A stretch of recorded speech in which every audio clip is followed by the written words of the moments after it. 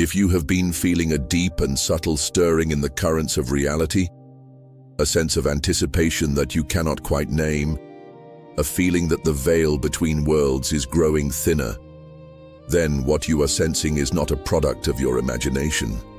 It is a genuine perception.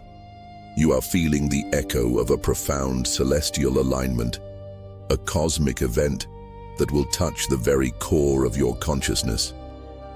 On September 7th, 2025, the heavens will offer a rare and potent spectacle, a total lunar eclipse, known to the mystics as a blood moon. But for the seeker, for the alchemist of the soul, this is far more than an astronomical curiosity. It is a sacred portal. It is a moment when the cosmic laws that govern our inner worlds are made visible, written in crimson, across the face of the moon. The ancient seers of the Vedic traditions understood this well. They taught that the moon, known as Chandra, is not merely a satellite of rock and dust. It is the celestial body that governs the mind, the emotions, the subconscious, and the subtle ocean of our inner being.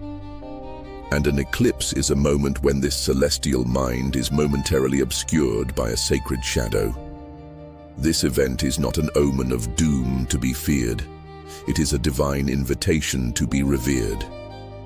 It is a cosmic pause, a sacred punctuation in the story of your soul's journey, designed to bring to the surface that which has been hidden in the depths.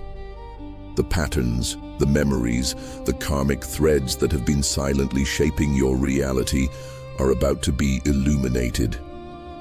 This is not a darkness that conceals, but a divine shadow that reveals. It is an unraveling, and your soul, in its infinite wisdom, has been waiting for it. This ancient truth resonates for a reason. If a part of your soul recognizes this echo, honor it in the space below. Your insight is a crucial ingredient in our collective alchemy. We stand at the precipice of a powerful moment of transmutation. But to navigate it with wisdom, we must first understand the subtle traps the ego mind can lay for the seeker during such a potent time. The lead of confusion must be identified before it can be turned into the gold of gnosis. Let us walk this path together, illuminating the shadows with the light of ancient truth. The first and most common trap is the trap of cosmic fear. As the blood moon approaches, you may feel a primal wave of anxiety rise from within. The collective consciousness is filled with ancient, inherited fears about eclipses, stories of ill omens, of catastrophes, of dark energies being unleashed upon the world. The mind, governed by the moon, can latch onto these frequencies, creating scenarios of personal loss, sudden turmoil, or a sense of impending doom. You may feel a desire to hide, to protect yourself, to shield your energy from a perceived cosmic threat. This is the lead, a dense, heavy vibration of fear that contracts the soul. Now let us apply the fire. When you allow this fear to take root, you are closing the very channels that this celestial event is meant to open. Fear constricts the flow of vital energy, what the yogis called prana. It clouds your intuition, making you mistake the whispers of your soul for the clamor of anxiety. By focusing on protection from a phantom threat, you inadvertently build a fortress around your heart, preventing the healing light of revelation from entering. The great danger is not the eclipse itself, but the possibility of missing its profound gift because you are hiding from a shadow. The stakes are immense. You risk remaining bound to the very karmic patterns the cosmos is offering you a chance to dissolve. And now, the gold, the gnosis and the tool. The ancient wisdom of Jyotish or Vedic astrology offers a sublime reframe. An eclipse is not an attack on the mind, but a divine intervention. The shadow that covers the moon is cast by the grahas, the celestial intelligences known as Rahu and Ketu, the lunar nodes. Rahu is the shadow that obscures, representing our attachments to the material world and future desires. Ketu is the shadow that reveals, representing our past karma and the path to spiritual liberation. During a lunar eclipse, Rahu metaphorically swallows the moon, the conscious mind. This act silences the incessant chatter of the ego, the surface-level worries and plans, creating a sacred vacuum. And into this silence, Ketu allows the deep echoes from the Akashic records, the cosmic memory of your soul's journey, to surface. It is a forced confrontation with your subconscious. The fear is not an omen of the future, but a memory of the past rising to be healed. The gnosis is this. The blood moon is a karmic audit. It is a moment of profound grace, where the universe presses pause on your outer life so you can finally attend to your inner world. The tool for this transmutation is simple, yet profound. It is the anchor of your own breath. When you feel the wave of cosmic fear rising, do not fight it. Simply find a quiet space. Close your eyes and begin a conscious breathing exercise. Inhale slowly and deeply through your nose, imagining you are drawing in serene, silver light from the cosmos, the true calm essence of lunar energy. Feel it filling your lungs, your chest, your entire being. Hold it for a moment.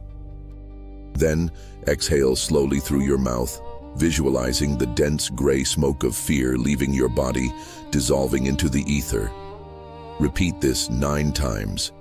This simple act of pranayama, or breath control, anchors your consciousness in the present moment and reminds your subtle body that you are safe, grounded, and open to receive the wisdom of the cosmos, not its chaos. Let us now illuminate the second great pitfall on this path: the trap of emotional turbulence. As the eclipse energy builds, you may find yourself navigating a storm upon your inner ocean. Old wounds you thought were healed may suddenly ache anew. Conversations from years ago might replay in your mind with searing clarity. You may feel uncharacteristically irritable, sad, or overwhelmed. Your dreams may become vivid, chaotic, and filled with unresolved symbolism.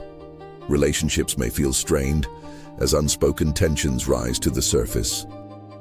It feels as if you are losing your emotional equilibrium, tossed about by waves you cannot control.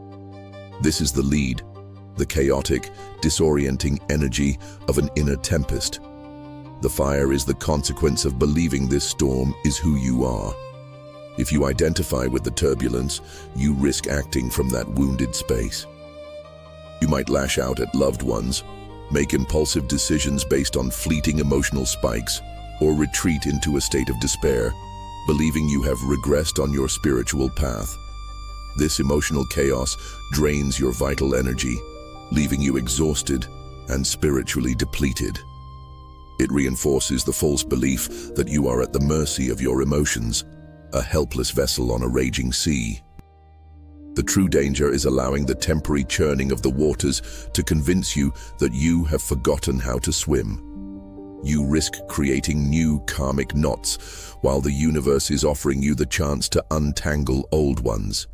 Herein lies the gold of transmutation. The Vedic sages taught a profound truth: the mind and the waters are one. The moon, Chandra, governs not only our thoughts, but also the water element within our physical and energetic bodies. A lunar eclipse is a cosmic tide pulling on your inner ocean. The turbulence you feel is not random. It is the deep, sacred sediment of your past being stirred from the ocean floor. These are your samskaras, the deep-seated karmic imprints and latent tendencies stored in your subtle body. They are surfacing now not to torment you, but to be seen. Each pang of sadness is a memory asking for release. Each wave of anger is a boundary seeking to be honored. The gnosis is this: you are not the storm. You are the vast, silent and eternal sky watching the storm pass. This eclipse is offering you the perspective of the witness, the chance to disidentify from the emotional body and recognize yourself as the deathless Atma, the soul, which is forever serene. You know another soul who is navigating this very mystery in silence. Share this transmission with them, not as a mere video, but as a key passed from one alchemist to another, illuminating the path ahead. The tool to calm these inner waters is a gentle visualization. Find a comfortable position. Close your eyes and bring your awareness to your heart center, the Anahata chakra. Imagine a small, tranquil pool of liquid silver light at the core of your chest. With each breath, see this pool expanding. It is cool, calm, and luminous. It expands beyond your heart, filling your torso, your limbs, your head.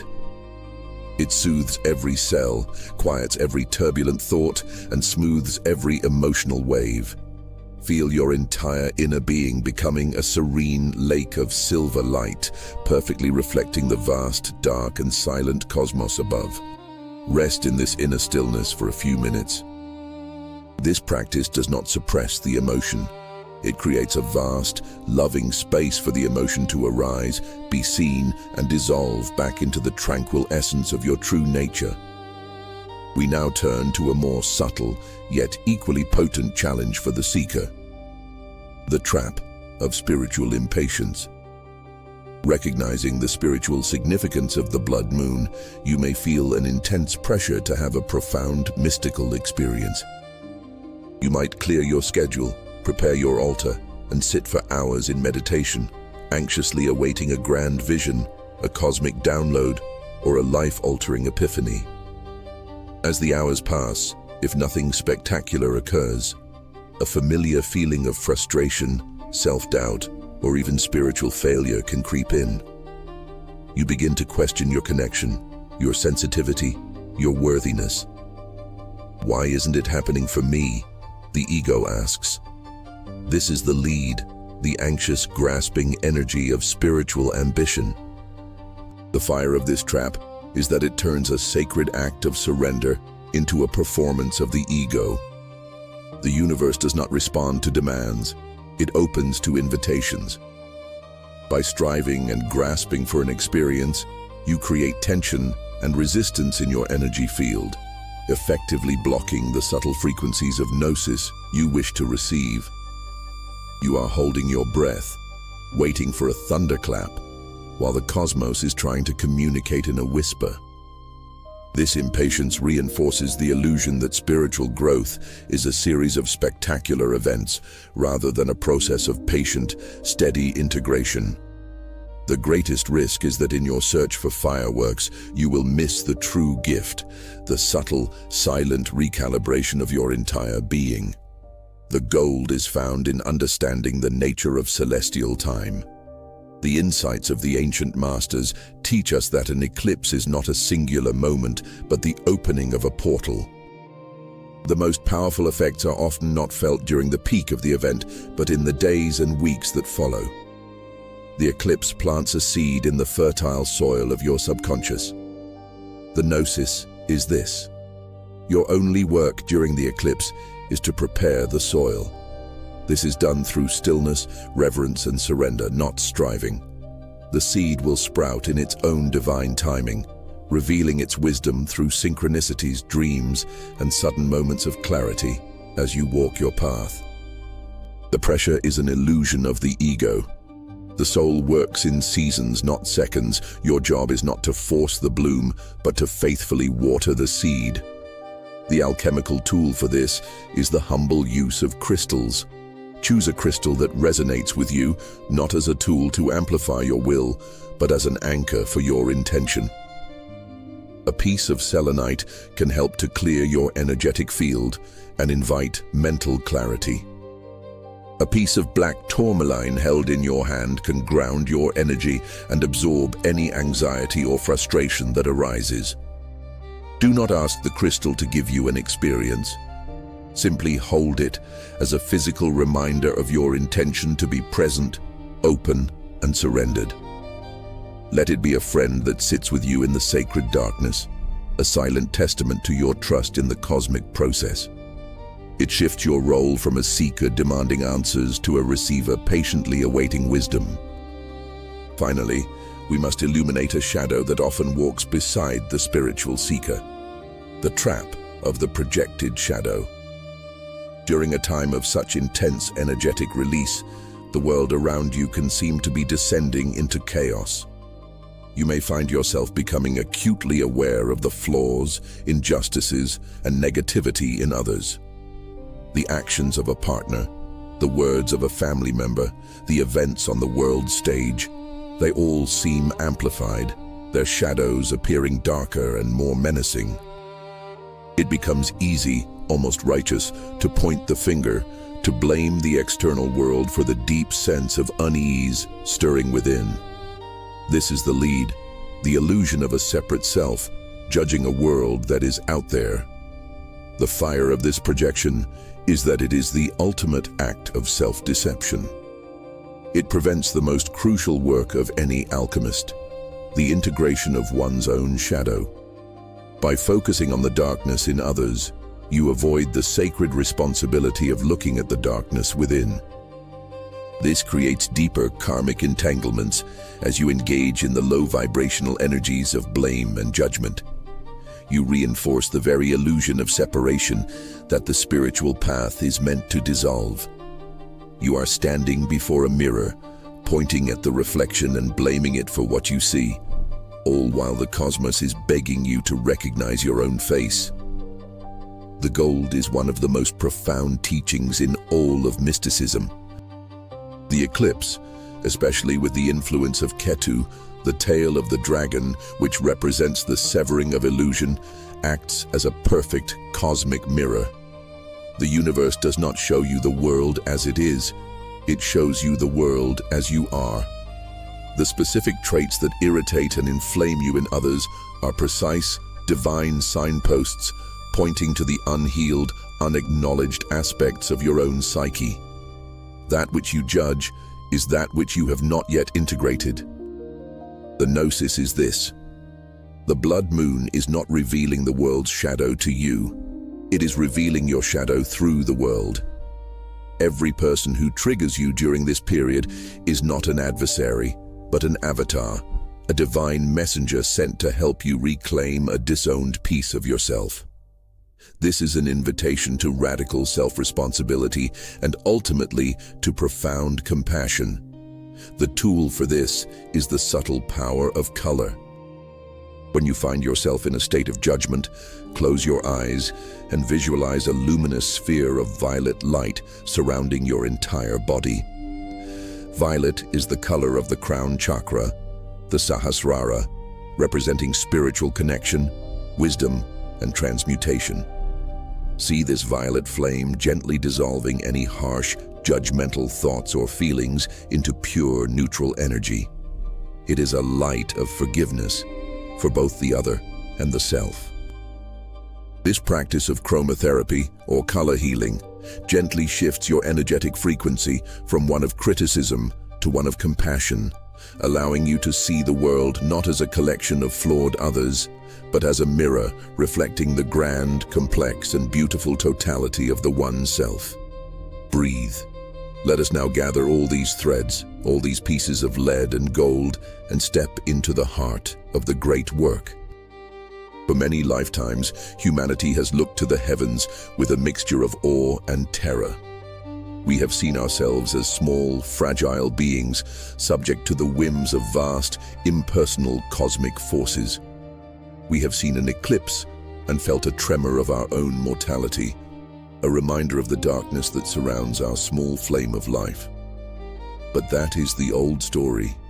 That is the perception of the unawakened mind. The gnosis that this blood moon comes to transmit is a truth that resonates from the core of the Vedas, from the heart of every great mystic who ever walked this earth. The celestial event is not happening out there. The great drama of light and shadow is not taking place millions of miles away. It is happening within you. You are not a spectator to a cosmic event. You are the cosmos experiencing itself. The moon is your mind. The sun, which casts the Earth's shadow, is the light of your pure consciousness, your spirit. And the Earth itself is your body, your anchor in this material plane. The eclipse is a moment of perfect internal alignment. It is a sacred pause in the cosmic breath, a moment of absolute stillness where the chattering mind is silenced, so that the radiant light of your own spirit can illuminate the truth of your being. The crimson color of the moon, the blood, is not a sign of violence. It is the color of life, of prana, of the deep animating force that flows through you and through all things. It is the light of all the sunrises and sunsets on Earth, filtered through our planet's atmosphere and projected onto the face of our collective mind. It is a reminder that even in the deepest shadow, the light is never extinguished. It is merely transmuted, translated into a different language. This is the moment to understand that the darkness of the eclipse is not an absence of light. It is the divine darkness.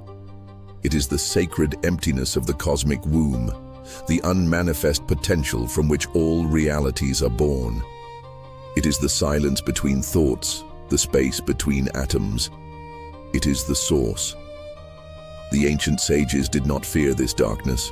They entered it willingly in deep meditation, for they knew it was the only place where the illusion of the separate self could be dissolved. It is in this sacred shadow that you can finally release the need to know, the need to control, the need to be someone, and simply be. This is a portal between your personality and your presence, between your mind and your soul, between the person you think you are and the eternal, radiant being you have always been. The question the blood moon asks is not, what is going to happen to me? The question is, who am I when all the borrowed thoughts, all the inherited emotions, and all the karmic stories are momentarily eclipsed? In that silence, you may hear a whisper that reminds you of your dharma, not just a career or a role, but your soul's sacred purpose for this incarnation. Why you came here, what you came to transmute, the great work you came to do. This eclipse is the ultimate opportunity to hear that whisper, to remember the sacred contract your soul made before it ever entered this world. It is not about seeing something new. It is about remembering a truth older than the stars. As the shadow recedes and the moon slowly reclaims its silver light, do not be in a hurry to return to the world of noise and distraction. The alchemical process has just begun. The deepest integration happens not in the fire, but in the cooling. The gnosis you have touched, the silence you have tasted, is now a part of you. Your task is to carry it back into your life. In the coming days and weeks, be a gentle observer of your own being. The universe will now speak to you in the language of synchronicity. Notice the patterns, the chance encounters, the recurring numbers, the intuitive nudges. These are not random. They are the echoes of the new alignment that has taken place within you. Take a few minutes each morning to sit in silence, to reconnect with the stillness you found in the heart of the shadow. Keep a journal by your bed and write down your dreams upon waking. They are dispatches from your own subconscious, continuing the process of healing and revelation. Remember, you are not at the mercy of the cosmos. You are a conscious participant in its grand, unfolding mystery. You are an alchemist, and your own soul is your laboratory. The blood moon is not an end, but a profound and sacred beginning. It is the point where you stop searching for the light outside and begin to recognize the inextinguishable sun within your own heart. The great work continues. If your soul seeks a consistent source of genuine gnosis and a space to deepen your practice, I invite you to subscribe and join our inner circle. The great work is vast, but it need not be walked alone. You have a place here.